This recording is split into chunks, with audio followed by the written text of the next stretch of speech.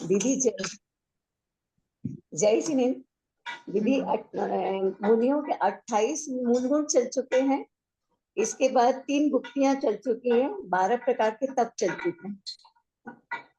अभी 10 धर्म में और ये इसके बारे में चल रहा है। 10 धर्म में और ये तप और ये क्या बोलते हैं, 10 धर्म में और रत्नात्रय ये वाला चल चुका है। अब इसके बाद स्वरूपाचरण चारित्र का वर्णन आएगा। बिल्कुल। ये सब धर्म, विहार भी है ना, विहार भी चल चुका है। हाँ हाँ, बिहार भी है, बिहार। रत्नत्रय, 10 धर्म, तप, विहार, ये सब चल गए हैं हमारे। अभी आगे स्वरूपाचरण चारित्र का वर्णन आएगा। इतना सारा सिलेबस हमारा कंप्लीट। कितने पॉइंट हो गए, काउंट ये कीजिए। 7 हो गए। 7 हो गए, विहार सहित। 1 2 3 5 6 नहीं, बिहार से बिहार वैसे अभी पूरा गिनेंगे तो दीदी ये अभी 6वां चल रहा है। यदि 28 मूल गुण एक साथ ले लेंगे तब का बता रहे हैं। ठीक है, चलिए। और वैसे डिटेल में 28 वो अलग गिन लो, और ये अलग करो तो 6वां है ना। वैसे 6वां बोल रहे हो ना आप, तो 6 और 28 तो कितने हो गए? 29, 30, 31, 32, 33, 34। 34 पॉइंट का डिटेल में वर्णन यहाँ पर चल चुका है, क्योंकि 28 मूल गुणों में से हमने एक एक मूल गुण का विस्तार से वर्णन किया है। यहाँ पर वर्णन समझा है। जैसे 5 महाव्रत है, तो उसमें अहिंसा महाव्रत, तो उसका अलग से पूरा अपन ने डिटेल में विस्तृत वर्णन समझा है। तो इस तरह से हमारे 34 पॉइंट्स क्लियर हो चुके हैं, है ना। अब हम और आगे बढ़ रहे हैं। इन 34 पॉइंट्स में मुनिराज के स्वरूप का वर्णन था। अब आगे स्वरूपाचरण चारित्र का वर्णन आने वाला है। देखिए, अभी इसमें थोड़ा सा और बचा है अपना। 164 पेज, 165 पेज पर निकाल लीजिए। 7वां छंद एक बार पढ़ते हैं, फिर उसके बाद इसका भावार्थ अपन जो अधूरा रह गया था वो समझेंगे।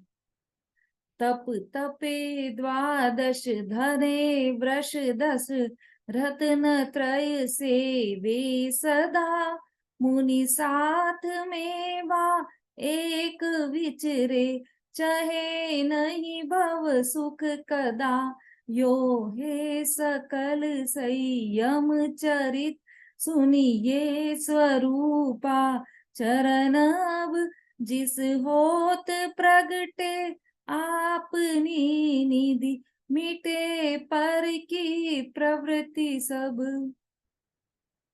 7वां छंद है, इसका अन्वयार्थ चल गया था, भावार्थ चलने वाला है। भावार्थ भी आधा तो हो गया था हमारा। इसमें प्रश्न जो आए थे उसके उत्तर अपने आप आ रहे थे। यहाँ पर जो एक बार चला था उसको अपन एक बार थोड़ा सा देख लेते हैं। प्रश्न पेज नंबर 165 पर जो बीच में जो प्रश्न है वहां से पढ़ते हैं हम। वे तो पराधीनता पूर्वक सहन करते, वे तो मतलब पशु आदि, जो स्वाधीन रूप से धर्म बुद्धि पूर्वक उपवास आदि तप करे, उसे तो निर्जरा होती है ना। ये प्रश्न था। इसके उत्तर में एक भजन भी लिया था अपन ने, वो सबको ध्यान होगा। धर्म बुद्धि से बाह्य उपवास आदि करे तो वहां उपयोग तो अशुभ शुभ या शुद्ध रूप जिस प्रकार जीव परिणमे, वहां से पढ़िए उषा जी, पढ़िए।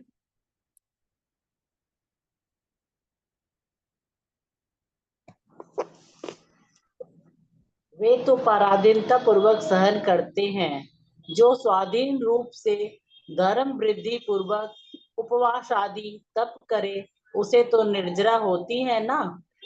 धर्म बुद्धि से बाह्य उपवास आदि करे तो वहां उपयोग तो अशुभ शुभ या शुभ रूप शुद्ध रूप जिस प्रकार जीव परिणमन में परिणमित होगा। उपवास के प्रमाण में यदि निर्जरा हो तो निर्जरा का मुख्य कारण उपवास आदि सिद्ध हो, किंतु ऐसा तो हो नहीं सकता, क्योंकि परिणाम दुष्ट होने पर उपास आदि करने से भी निर्जरा कैसे संभव हो सकती है?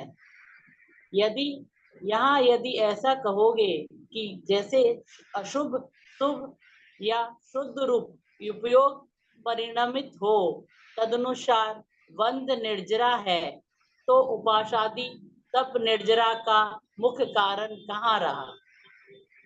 वहां अशुभ और शुभ परिणाम तो बंध के कारण सिद्ध हुए तथा शुद्ध परिणाम निर्जरा का कारण सिद्ध हुआ।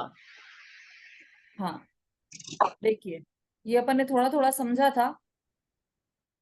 क्या इसमें मुख्य बात क्या आई है कि पूरी बात परिणाम की है, क्रिया से कुछ भी नहीं होता, क्रिया से बंध नहीं होता। बंध किससे होता है? परिणाम से होता है ना।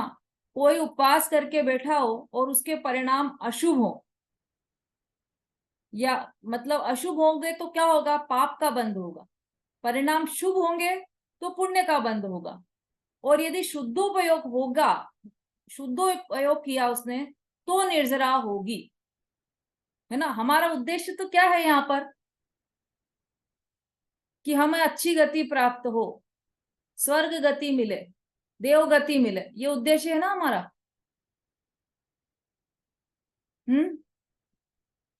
उषा जी?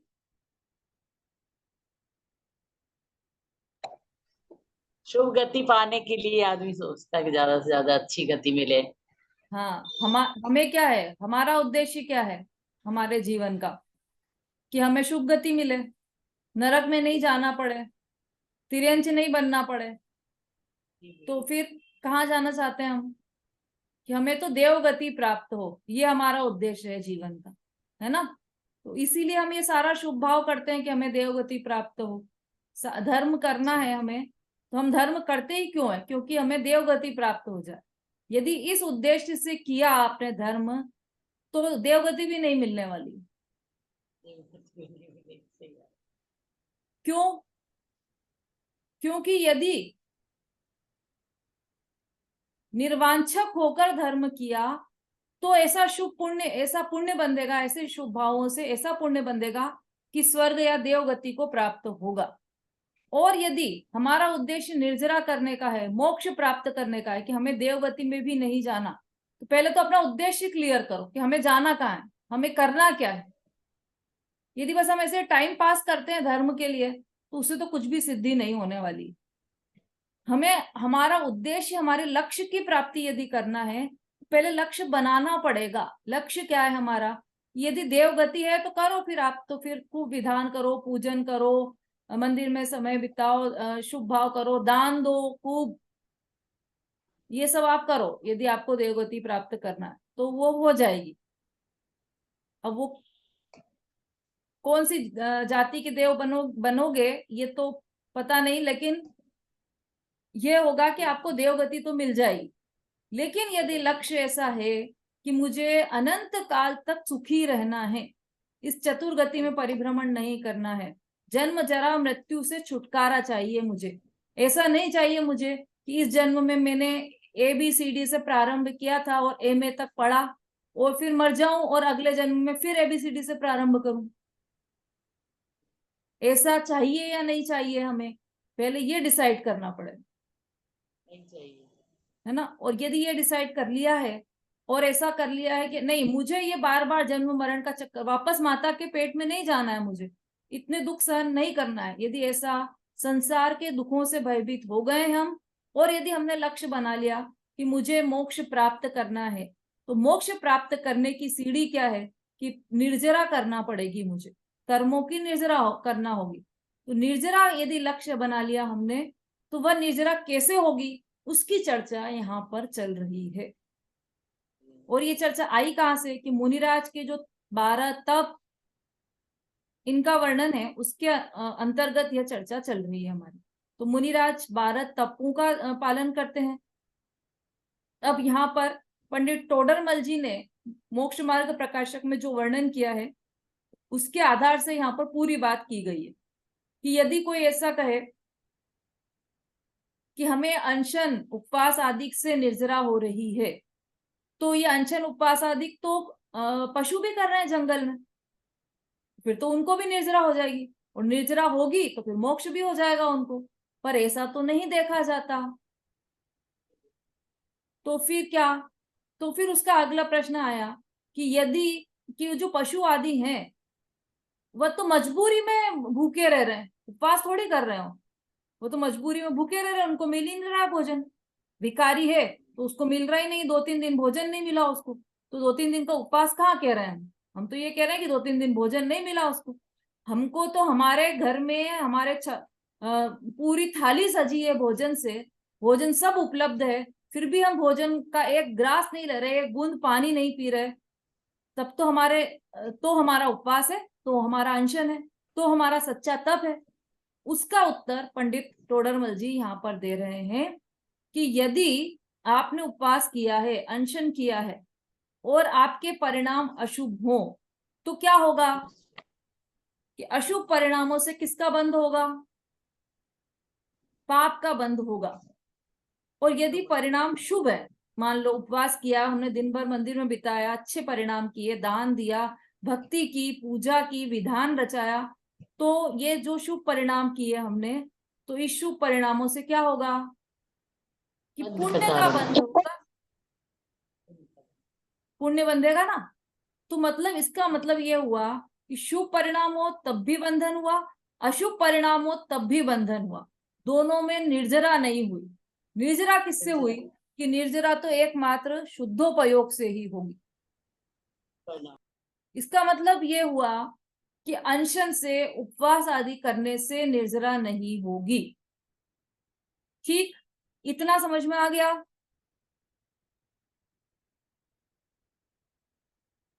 बोलो, जिसके परिणाम खराब हो और वो उपवास करे, अनशन, अवमोदर्य, ये सब व्रत, ये तप करे, तो उसके मतलब उसके मुंह में उसने अपनी जुबान भी जूठी नहीं की हो, एक जल का एक बूंद भी नहीं डाली हो जुबान पर, लेकिन परिणाम खराब है, तो उन परिणामों से बंद ही होगा।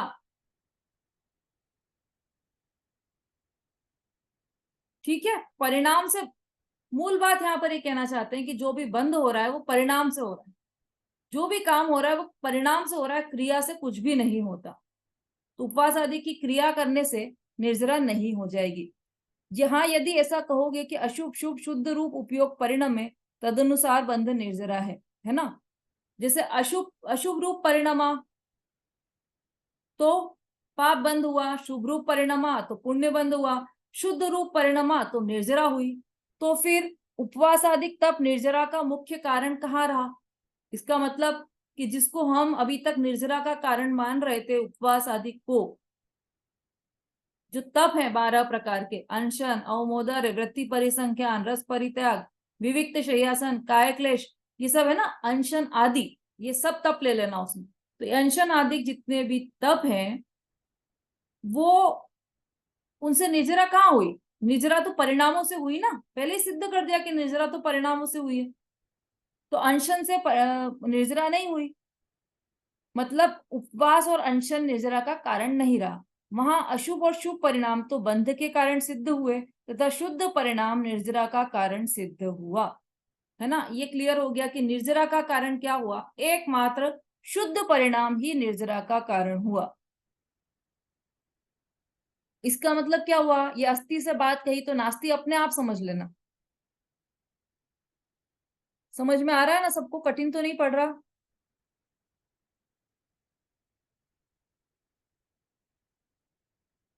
वीना जी, मंजू जी, सरला जी,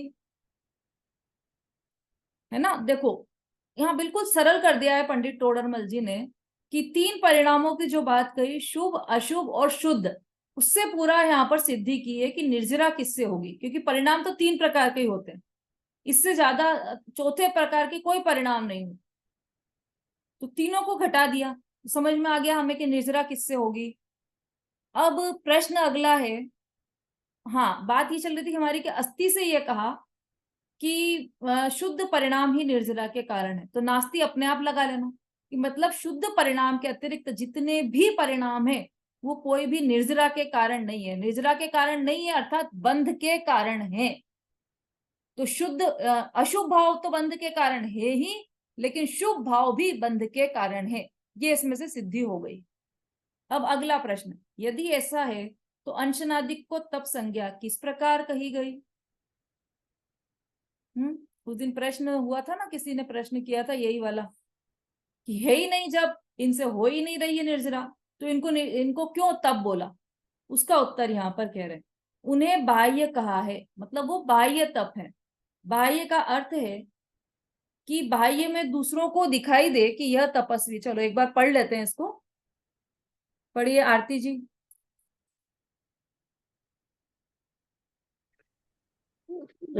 उत्तर, उन्हें बाह्य तप कहा है।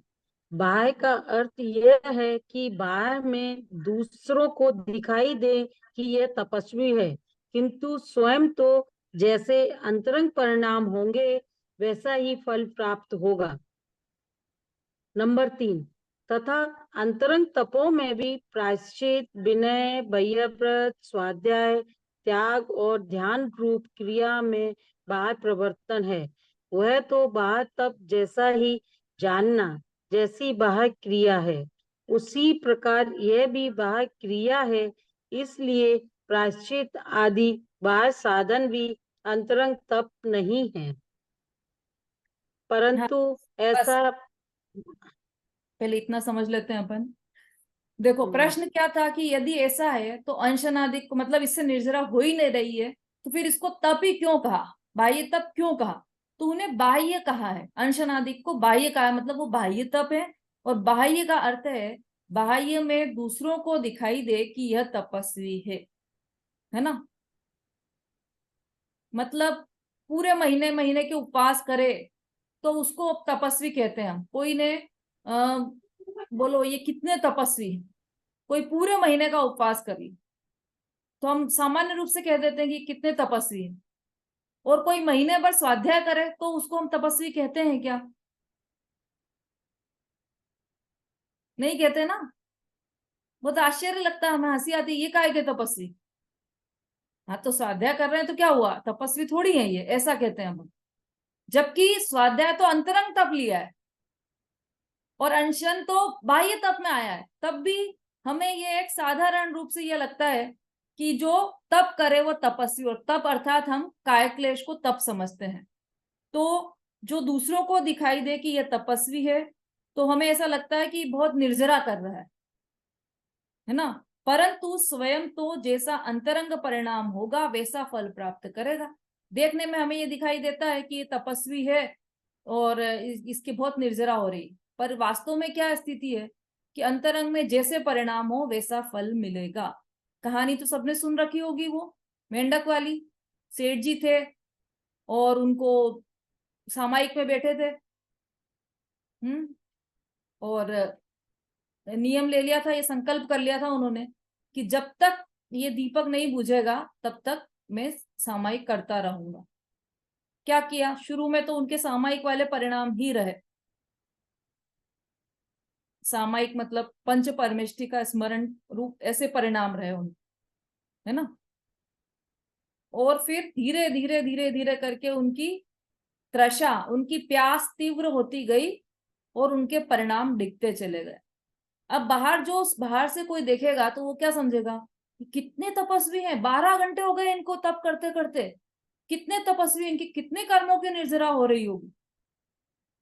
और अंतरंग में परिणाम कैसे हैं कि वो तो बंध के परिणाम है, शुभ परिणाम भी नहीं है, बंध के अशुभ परिणाम है, और अशुभ परिणामों से तिर्यंच गति का बंध हुआ उन्हें, है ना। इसलिए बाहर से देखकर उन्हें तपस्वी नहीं कह सकते। तो इसे बाह्य तप क्यों कहा कि देखो अभी और आएगा इसमें।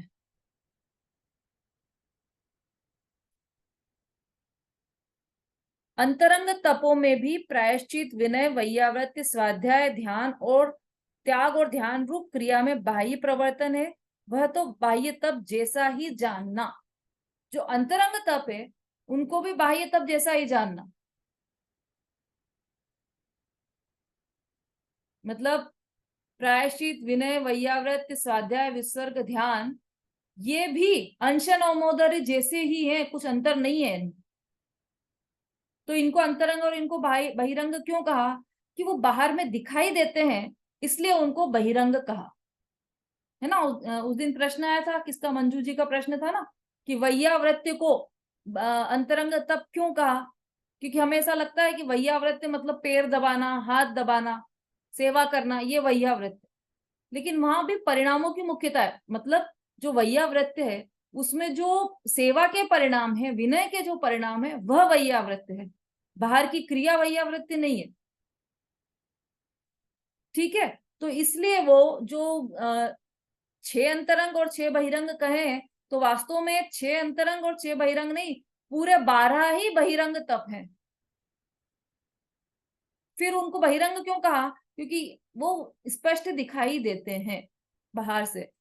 अब देखो, वह तो बाह्य तप जैसा ही जानना, जैसी बाह्य क्रिया है उसी प्रकार यह भी बाह्य क्रिया है, इसलिए प्रायश्चित आदि बाह्य साधन भी अंतरंग तप नहीं है, है ना। ये सब मोक्ष मार्ग प्रकाशक के आधार से चल रहा है। पूरा स्पष्टीकरण पंडित टोडरमल जी ने किया है। सरिता जी। दीदी दीदी जो जैसे जैसे सारे तप है, ये उनने बाह्य क्रिया बोल दिया कि बाह्य क्रिया है ये। लेकिन अगर ये शुद्ध भावों के साथ है, माने भावों में शुद्धता है, तो फिर ये बाह्य तप भी अपन को निर्जरा में कारण हो सकते हैं। माने जो 12 तप है ये भी निर्जरा में कारण हो सकते हैं, अगर इनमें शुद्धता है तो परिणामों में। बहुत अच्छा प्रश्न किया आपने। जी। बाह्य तप, ये जो इस जो प्रकरण में बाह्य तप की चर्चा आ रही ना, तो ये किसके संदर्भ में आ रही है, मुनिराज के संदर्भ में, भावलिंगी दिगंबर जैन संत के संदर्भ में ये पूरी बात चल रही है। क्योंकि 28 मूल गुणों से प्रारंभ किया था ना, 28 मूल गुणों का निरतिचार पालन करना, उसके बाद रत्नत्रय, धर्म और फिर तप, ये सब चर्चाएं मुनिराज के संदर्भ में चल रही है। तो मुनिराज के तो नियम से यहाँ पर शुद्धोपयोग चल ही रहा है। ये जो बाह्य तप चल रहा है ना, उसके साथ साथ शुद्धोपयोग भी चल रहा है। शुद्धोपयोग अर्थात 3 कषाय रूप, मतलब 3 कषायों के अभाव रूप परिणति में वीतरागता वर्त रही है। यहाँ पर भी बाहर में ये तप चल रहे हो भले, लेकिन अंतरंग में पूरी वीतरागता उनके 3 चौकड़ी कषाय के अभाव जितनी वीतरागता चल रही है। देखो, ये प्रश्न बहुत अच्छा किया सरिता जी ने, इससे पूरा विषय आपको क्लियर हो जाएगा। इसकी मुख्य बात, थोड़ा सा उपयोग सूक्ष्म करके सुनना, इस पूरे संदर्भ में मुख्य बात यह है कि जो मुनिराज हैं उनको जो 12 तप चल रहे हैं, अनशन, अवमोदर, या वो स्वाध्याय, विनय, वैयावृत्ति भी कर रहे हैं, तब भी अंतरंग में 3 चौकड़ी कषाय के अभाव जितनी उनके शांति वर्त रही है। अब प्रश्न, इसमें एक बात और समझना ध्यान से, कि जब ये बाह्य तप चल रहे हैं उस समय उनके शुद्धोपयोग नहीं है। ध्यान से सुनना, जब बाह्य तप चल रहे हैं उस समय उनके शुद्धोपयोग नहीं है, उनका उपयोग बाहर में आया है, मतलब आत्मा से उपयोग हटकर बाहर में आया है, तब ये बाह्य तप चल रहे हैं। जब आत्मा में लीन हुए, जिस क्षण वो आत्मा में लीन हुए, तो उन्हें शुभोपयोग भी नहीं है, अशुभोपयोग भी नहीं है, और शुद्धोपयोग भी, और शुद्धोपयोग ही है। मतलब दोनों शुभ और अशुभ उपयोग नहीं है उस समय उनके, केवल एकमात्र शुद्धोपयोग चल रहा है। ठीक है, अब देखो, 6ठा और 7वां गुणस्थान, ये दोनों गुणस्थान बहुत अच्छी तरह से समझने योग्य है। जब मुनिराज के 28 मूल गुण, व्रत, तप, धर्म, ये सब चल रहा है बाहर में, तो उस समय उनके 6ठा गुणस्थान चल रहा है। जब उनका विकल्प, मतलब उपयोग बाहर आया, तब उनके वो 6ठा गुणस्थान, और जब आत्मा में अंदर गया उपयोग, तब उनके 7वां गुणस्थान है। अब ये गुणस्थान का भेद कैसे हुआ, कि भेद ऐसे हुआ कि जब उनके उपयोग में शुभ आया तब उन्हें 6ठा गुणस्थान है, और जब उपयोग में शुद्ध आया, मतलब शुद्धात्म तत्व आया, तब उनके 7वां गुणस्थान है। अब इसमें एक बारीक बात और है कि जब ये कब होता है, कि इसका ये समय ऐसा नहीं है कि 1 घंटा तो वो 6ठे गुणस्थान में रहे और 1 घंटा 7वें गुणस्थान में रहे, ऐसा बिल्कुल भी नहीं। वो तो आहार करते करते भी ग्रास यहां तक ले गए और मुंह में ग्रास डाला और शुद्धोपयोग में चले गए, 7वें गुणस्थान में चले गए, और अगले ही समय वापस बाहर आ गए और अगले समय वो भोजन कर रहे हैं। मतलब भोजन तो चल ही रहा है उनका, ग्रास गले में से नीचे उतर रहा है और वो शुद्धोपयोग में चलेगा, सातवें गुण स्थान में चलेगा। तो बाहर का परिणमन बाहर में चल रहा है और उनका अंदर परिणमन चल रहा है। ऐसे ही बाहर में उन्होंने मान लो महीने भर का उपवास किया, ठीक है, जैसे मुनिराज ऋषभ देव ने 6 महीने का उपवास किया था। कितने का किया था, कितने दिन का उपवास था मुनिराज ऋषभ देव को? इसमें तो कोई कंफ्यूजन नहीं है ना किसी को? संगीता जी?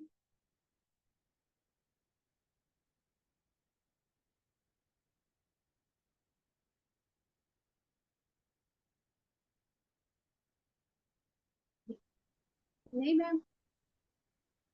मुनिराज ऋषभ देव ने कितने दिन का उपवास किया था? 6 महीने का। 6 महीने का। नंदिता जी?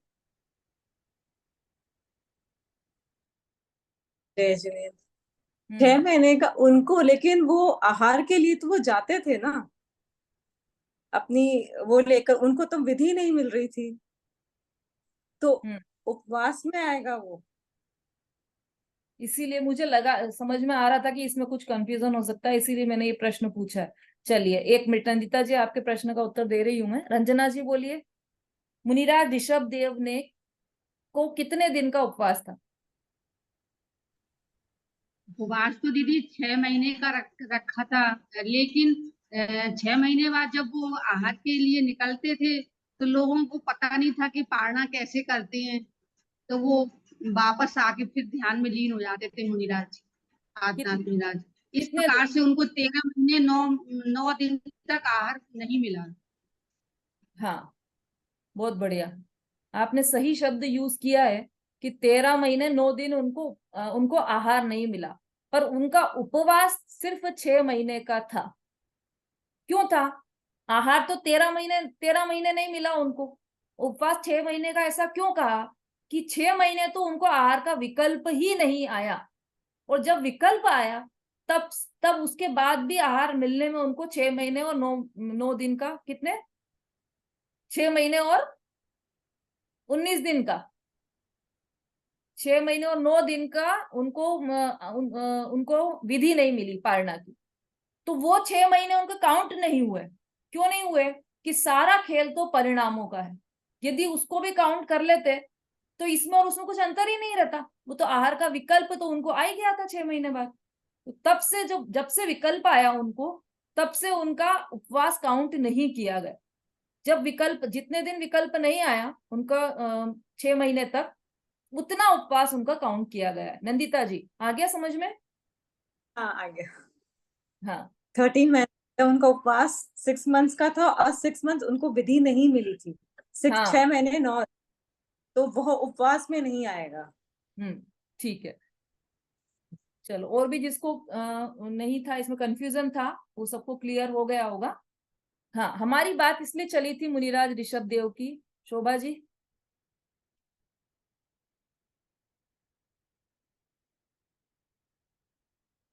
हाँ, अनम्यूट करके बोलिए।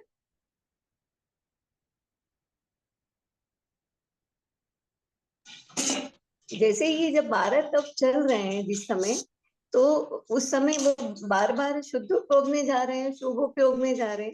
तो जैसे क्वेश्चन आएगा तो क्या लिखेंगे कि शुद्धोपयोग की शुभोपयोग, क्या लिखा जाएगा कि 12 तपों में वो शुभोपयोग में रहते हैं कि शुद्ध, ऐसा क्या लिखा जाएगा उसमें? ठीक है, मैं इसी प्रश्न पर आ रही थी। अभी देखो, आप परीक्षा के और लिखने के उद्देश्य से मत सोचना, समझने के उद्देश्य से सुनिए आप। तो अगर आपने समझने के उद्देश्य से सुना तो आप अपने आप परीक्षा में सही लिखोगे, ठीक है? अब पहले तो आप समझ लीजिए इस बात को कि ऐसा क्यों हुआ, क्या कहना चाह रहे हैं यहाँ पर। हाँ, तो अपनी बात चल रही थी मुनिराज ऋषभ देव को, जब उन्होंने 6 महीने का उपवास किया था तो बाहर में तो उनके चल रहा था उपवास, और अंदर में उनको विकल्प नहीं आया भोजन का भी, ठीक है? अब 6 महीने बाद जब उनको भोजन का विकल्प आया और वो आहार लेने के लिए गए, तो जब, मतलब जो स्थिति 6 महीने की थी, जब उनको विकल्प नहीं, जो 6 महीने का उनका उपवास था, उस समय की स्थिति और विकल्प भोजन के विकल्प आने के बाद की स्थिति में क्या अंतर रहा?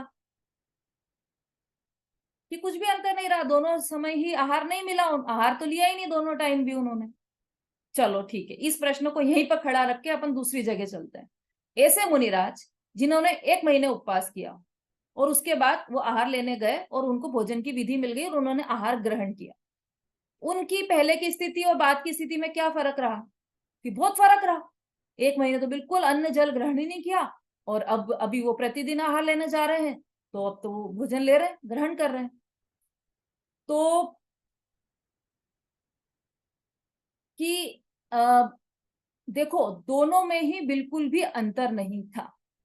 जब भोजन नहीं ले रहे थे मुनिराज, मतलब जब उपवास चल रहा था उनका, तब भी वो छठे सातवें गुण स्थान में झूल रहे थे, और जब वो आहार लेने लगे, प्रतिदिन आहार लेने जा रहे हैं, तब भी वह छठे सातवें गुण स्थान में ही झूल रहे थे।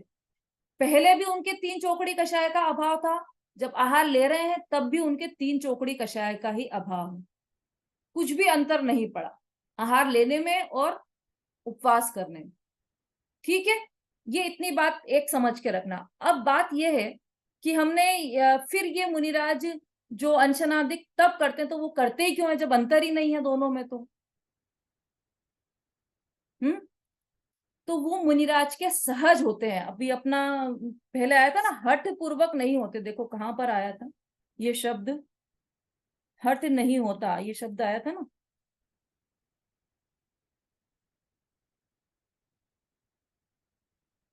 हठ मतलब खींच कर नहीं करते वो।